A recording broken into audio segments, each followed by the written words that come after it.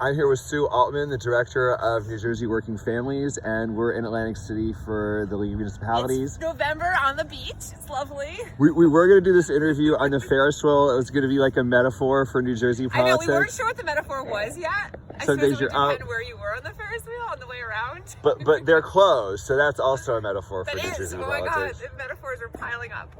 So you probably have some thoughts about our recent election. Like, is there anything that was a happy, pleasant surprise for you? Listen, Murphy's up 3 percentage points now. That is a decisive victory as far as I'm concerned. I'm really looking forward to Murphy's second term. The governor has already come out strong on a bunch of different things. I think his legacy, he's got an opportunity to leave a legacy in New Jersey. I'm sure he's going to go on to do wonderful things, and we're always going to be rooting for him.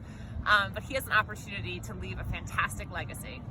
So a lot of the South Jersey Democrats, the machine-oriented Democrats, they spend a lot of time picking on people like you and people like me. I know. And it's such a priority that they pick on people like us that they might have left themselves vulnerable on election day when their opponents won. So Yeah. Steve Sweeney, our Senate president, lost. That was a huge national surprise. What is your takeaway from that? My take, which I'll say to anyone with ears, my take is that I think it's a brand new opening in New Jersey for progressive policies, for new people in power. There's a power vacuum now. There's new dynamics in Trenton, and I think it's fantastic. It's like a big weight has been lifted off this state's shoulders.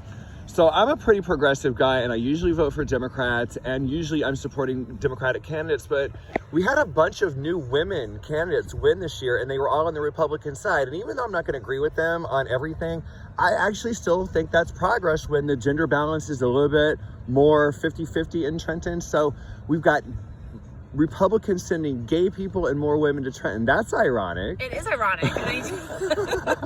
I guess this is supposed to be me making a statement about Jersey Republicans as somehow being different than national Republicans, which maybe they are.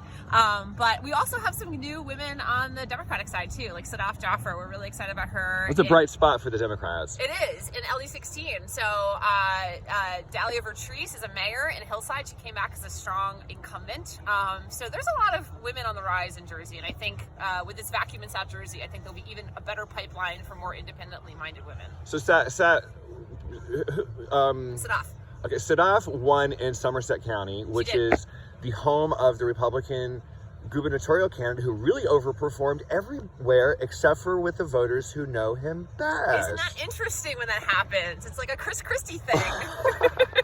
Some people just fail upwards. So we're here for the League of Municipalities convention, and this is a new era with the Me Too being like sort of front and center. I think for some people it's a lot less fun to come down here because of that, but for a lot of women it's a lot less dangerous. Do you have any thoughts about that? I don't have anything to compare it to. I certainly respect all my sisters in the fight who've been here before me and on whose shoulders I stand. So if things have improved since what they had to go through, that's great. I have never personally had any issues with that, and I look forward to having fun no matter what. Sue Altman, the director of New Jersey Working Families, thanks very much. Thank you, Jay.